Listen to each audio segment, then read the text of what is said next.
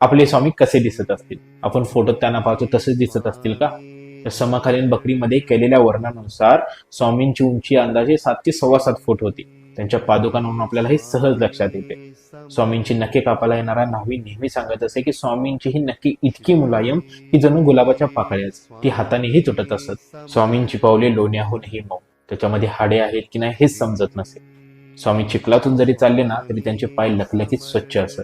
त्यांचे पोट मात्र गोल डेऱ्यासारखे, जणू सारं ब्रह्मांडच मावले त्यात. स्वामींची त्वचा खूप नितळ आणि हे कोमळ होती. आपले स्वामी मनाचे राजे होते.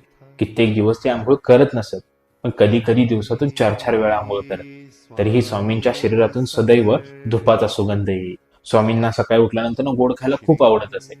त्यामध्ये कधी खीर असे, मसाले दूध असे, तर कधी पनीर असत. स्वामींची जेवणाची ही तऱ्हा तर खूप निराळीच होती.